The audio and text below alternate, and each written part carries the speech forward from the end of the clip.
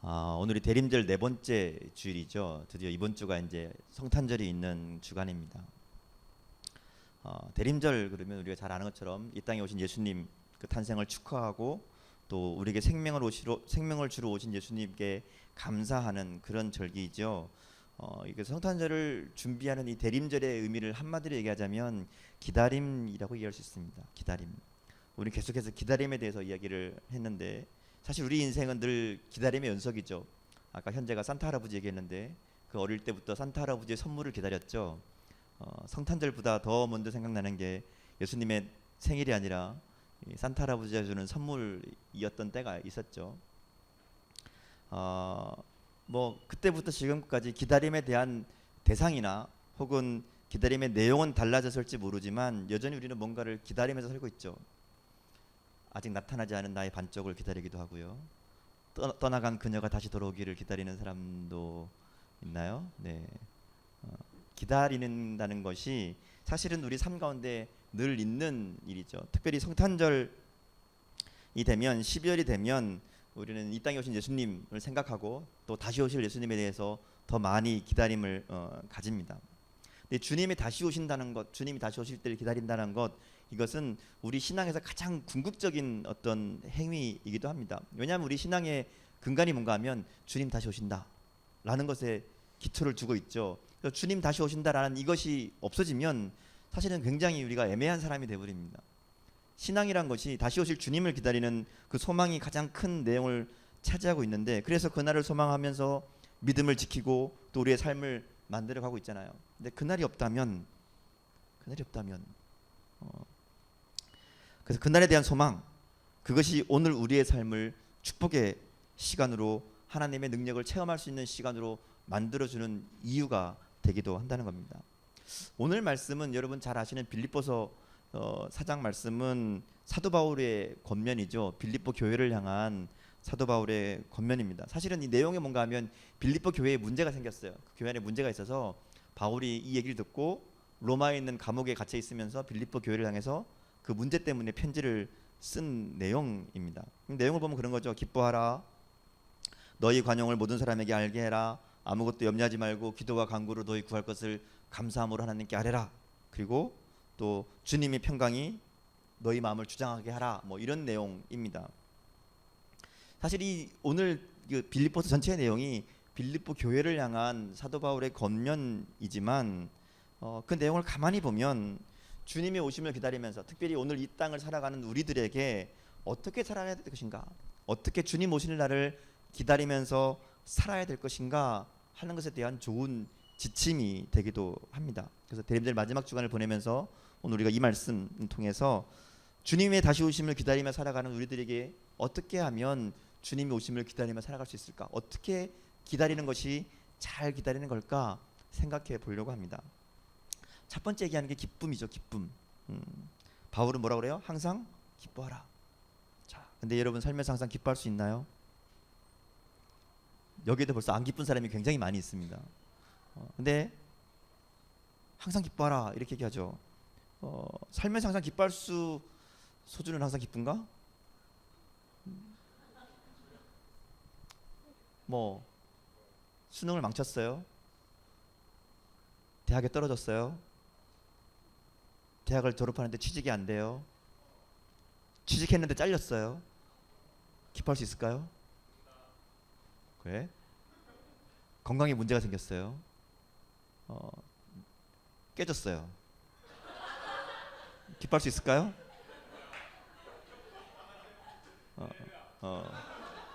제 이상한 애죠. 기뻐할 수 없습니다. 근데 본문은 기뻐하라 얘기해요. 그것도 항상, 그리고 그냥 그것도 이렇게 기뻐해라 이게 아니라 명령어거든요. 사실은 명령어로 되어 있습니다. 그러니까 무조건 상황과 상관없이 기뻐해라 그런 말일까? 바울이 그렇게 얘기하는 걸까? 그럴까요? 그럼 우리는 말씀을 못 지키는데. 아니죠. 그런 말이 아니에요.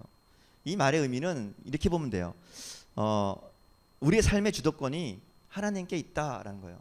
그래서 다시 표현하면 이런 거죠. 이 말을 바꾸면 하나님께서 이렇게 얘기하는 거예요. 내가 너를 반드시 기쁨의 자리로 끌고 갈 것이다. 내가 너를 반드시 기쁘게 할 것이다. 그런 말이죠. 이것은 우리들어 어떤 때나 어떤 상황이나 무조건 기뻐하라는 그런 말이 아니라 하나님께서 우리를 예수님의 핏값으로 사시고 어둠의 자리에서 불러내서 구원하셨기 때문에 우리를 끌고 가실, 우리를 데려가실 마지막 도착지는 기쁨의 자리라는 겁니다. 하나님께서 우리를 그 자리로 데려가시겠다라는 선언이죠. 그래서 바울은 그 앞에 이렇게 붙이죠. 주 안에서 기뻐하라 이렇게 붙이는 거예요. 본문에 보면 비슷한 패턴의 구절이 또 있죠. 6절에 보면 이렇게 얘기합니다. 아무것도 염려하지 말고 다만 모든 일에 기도와 간구로 너희 구할 것을 감사함으로 하나님께 아뢰라. 마찬가지죠. 아무것도 염려하지 말아라 이렇게 얘기해요. 염려 안 할 수 있어요? 염려 안 하는 사람 없죠. 이 말을 하고 있는 사도 바울도 염려해요. 고린도서 11장에 보면 이런 얘기해요. 내가 교회들에 대한 염려 때문에 날마다 그 염려가 내 마음을 누르고 있다 이렇게 얘기하거든요. 그러니까 바울도 염려했던 사람이죠. 그런데 염려하지 말아라 이렇게 얘기하고 있다는 거예요.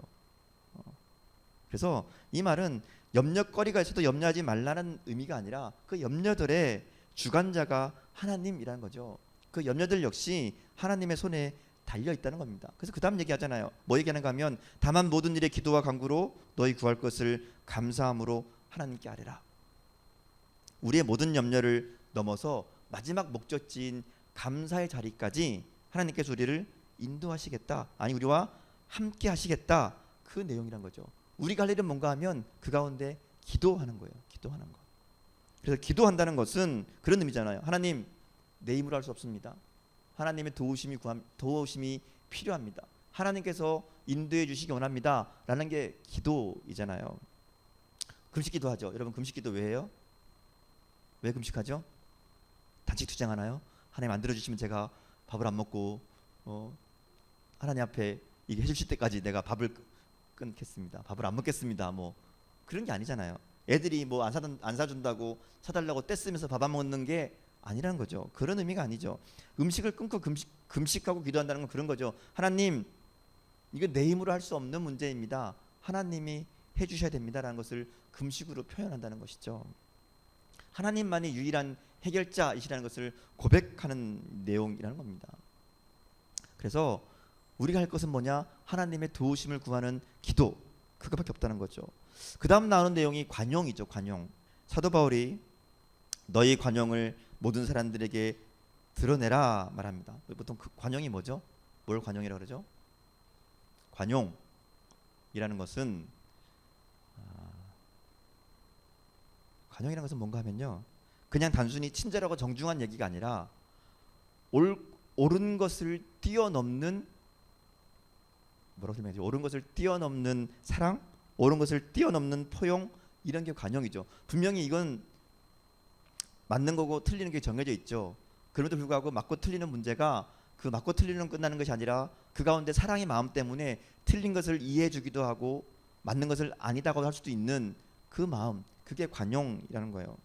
옳은 것을 넘어서는 옳고 그름만 따지는 것이 아니라 그 가운데 사랑이 담겨 있는, 그게 관용이죠. 그래서 초대교회에 보면 이 관용이라는 것을 교회 공동체의 굉장히 중요한 특성으로 삼았습니다. 너의 관용을 모든 사람들에게 알게 하라라는 것은 이 관용이란 것이 교회의 정체성이었다는 거죠. 그리고 이것이 기쁨을 아는 공동체의 특징이라는 거예요. 시시비비만 가릴 것이 아니라 시시비비를 뛰어넘는 사랑의 마음이 그들에게 있었다는 것이죠. 그리고 그거를 보여줘야 된다는 거죠. 세상 가운데. 또 본문에 보면 이 관용도 그냥 관용을 베푸는 게 아니라 주님의 재림이 가까웠다는 사실을 인식하는 데서 가능하다라고 얘기해요. 너의 관용을 보여라, 주께서 가까우시니라, 이렇게 얘기하죠. 이해를 해보면 그런 것 같죠. 주님이 가까이 오셨다는 것을, 주님이 다시 오실 마지막 날이 가까웠다는 것을 아는 사람은 관용을 베풀지 못할 까닭이 없다는 거죠. 왜냐하면 이 땅에 모든 있는 것이 전부가 아래라는 것을 알기 때문에 그래요. 세상의 종말을 믿지 않는 사람은 지금 있는 게 전부죠. 내가 가진 게 전부입니다. 그렇기 때문에 집착이 많아지고 욕심이 많아지죠. 집착과 욕심 때문에 마음이 좁아지기도 하고요. 그것 때문에 내 거를 지키려고 더 많이 가지려고 불친절해지고 다른 사람을 빼앗고 마음의 여유가 없어지는 게 당연한 모습이라는 겁니다. 그런데 예수님의 재림이 주님이 다시 오실 그 나이에 가까이 옴을 믿는 사람들은 늘 마음을 비울 수 있고 넓힐 수 있죠. 이게 다가 아니거든요. 주님 다시 오시면 이게 다 없어질 것, 다 필요 없는 것들이기 때문에 거기에 집착하지 않고 거기에 마음을 두지 않습니다. 그래서 관용한다는 것이 굉장히 쉬워진다는 거예요. 이 세상이 전부가 아니기 때문에 이 세상에 크게 미련을 갖지 않는다는 거죠. 그래서 서로 관용으로 대할 수 있습니다. 자, 그러면 주께서 가까우시니라, 이게 무슨 뜻일까? 주께서 가까우시니라, 주님 오실 때가 다 됐으니까 조금만 더 참고 기다려라, 그런 말일까요? 주께서 가까우시니라, 물론 뭐 그런 말이죠. 주님 다시 오신다라는 의미가 거기에 담겨 있습니다. 근데 그렇게만 이야기하고 넘어가면 우리 현실이 너무 가혹하죠. 주님 다시 오신다, 그럼 맞아요, 다시 오세요, 오실 거예요. 근데 그때까지 그럼 무조건 우리는 참고 기다려야 되는가? 예수님 곧 오신다 그랬는데 계속 안 오셨죠? 2000년이 넘었어요. 지금 그 오신다 그런 지가. 사기인가요 그러면? 2000년 동안 예수님 믿고 따랐던 사람들은, 그러면 그동안에 죽었던 사람들은, 그동안에 먼저 간 사람들은 그 말을 이루어지는 것을 보지 못했잖아요. 그러면 이게 협박인가요? 그냥 그때까지 기다려라. 그래서 많은 사람들이 그날을 잊어버리기도 하고요, 기다리기를 포기하기도 합니다. 하나님께서 정말 우리에게 무조건 기다려라, 무조건 참아라, 무조건 용서해라 라고 하시는 거라면 뭔가 좀 이상하죠. 무슨 해병대 캠프도 아니고 맨날 참고 기다릴 수만은 없잖아요. 이 말에는 다른 의미가 있다는 거죠. 하나님은 독생자 예수님을 아끼지 않고 우리를 위해 십자가에 죽이시기까지 우리를 사랑하신 분입니다. 근데 그분이 우리를 이렇게 사랑하시는 그 하나님이 우리를 마지막 때까지 알아서 참고 기다려라, 너 무조건 참아야 돼, 무조건 견뎌야 돼, 그렇게 말씀하실 리가 없다는 거죠. 그래서 주께서 가까우시니라 라는 이 말에는 좀 더 다른 의미가 있을 거라는 거예요. 이렇게 생각해 보면 어떨까 싶어요. 하나님께서 아들을 십자가에 대속물로 주시고 우리를 구원해 주셨죠. 그리고 그걸 끝나는 것이 아니라 우리의 삶을 계속해서 만들어가고 계시죠. 우리를 주님 닮은 모습으로, 주님의 백성으로, 하나님의 백성으로 만들어 가신다는 거죠. 그리고 그 과정에서 우리는 실패를 겪기도 하고 어려움을 당하기도 하고 고난을 당하기도 합니다. 근데 그것들 통해서 우리를 뭔가를 배우는가 하면 하나님을 의지하는 법을 배워요. 그죠? 어려움을 통해서 하나님 만나는 법을 배우고요, 예수님을 닮아가는 것이 무엇인지를 배워가기 시작합니다. 힘들고 어렵지만 그 힘들고 어려운 순간들을 통해 하나님이 우리 삶 가운데 무엇을 원하시는지, 하나님이 내 인생을 어떻게 인도하실 것인지를 깨닫게 되죠. 조금씩 알아가게 되고 하나님 우리의 삶을 인도하신다는 것을 배우게 됩니다.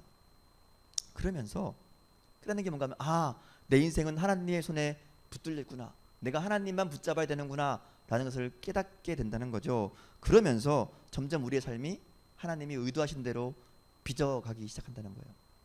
주님을 닮아가는 모습으로, 하나님의 뜻에 합당한 삶의 모습으로 조금씩 나아져 간다는 거죠. 그게 주께서 가까우시니라 라는 말에 담겨있는 의미라는 거예요.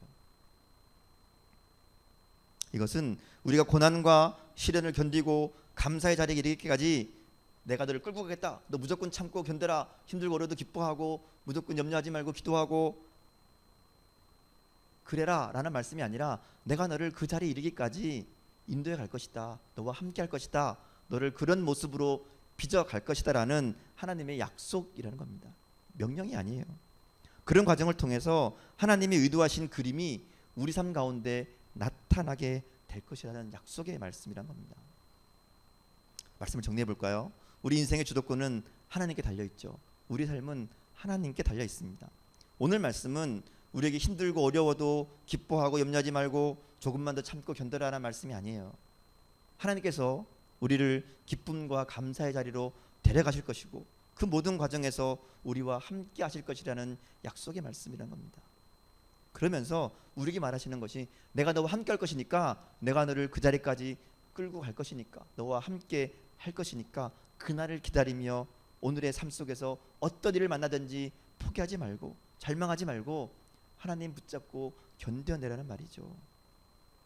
그래서 우리들에게는 믿지 않는 사람들과 다른 모습이 있어야 돼요. 사람들이 볼 때 궁금한 게 있어야 되죠. 야, 쟤는 도대체 어떤 마음이길래, 쟤는 도대체 무슨 생각으로 살길래 저런 모습을 보이고 살고 있나 라는 궁금증이 들게 해야 된다는 거죠. 돈이 많아서 행복한 게 아니라, 건강해서 기쁘고 평안한 게 아니라, 그런 게 없음에도 불구하고 뭔가 이유 없는 기쁨이, 이유 없는 평안이 우리들을 통해서 나타날 수 있었다는 거죠. 사람들이 보기에. 사도 바울이 그런 고백하잖아요. 그 4장 13절에 유명한 고백 있죠. 내게 능력 주신 자 안에서 내가 모든 것을 할 수 있느니라. 이 바울이 뭐든지 다 할 수 있다, 뭐 그런 고백이 아니라 온갖 고난과 어려움을 다 겪고 감옥에 있으면서도 바울이 하는 고백이란 거죠. 그것은 어떠한 핍박이나 질병이나 환난이나 어려움도 예수님을 향한 그 사랑 때문에 견딜 수 있다는 거예요. 이겨낼 수 있다는 거죠. 온 세상이 다 버려도, 다 덤벼도 내 삶을 통해 하나님을 드러낼 수 있다면, 그러면 견딜 수 있다는 거예요. 그게 바울의 고백이라는 겁니다. 그래서 바울이 뭐 힘이 있어서 이렇게 하는 게 아니라 하나님이 바울을 그렇게 하게 하신다는 거죠. 대림절 마지막 주간을 보내면서 우리들에게 이 바울과 같은 고백이 있었으면 좋겠어요. 그래서 바울이 마지막에 무슨 얘기하는가 하면 하나님의 평강이란 얘기를 해요. 하나님의 평강.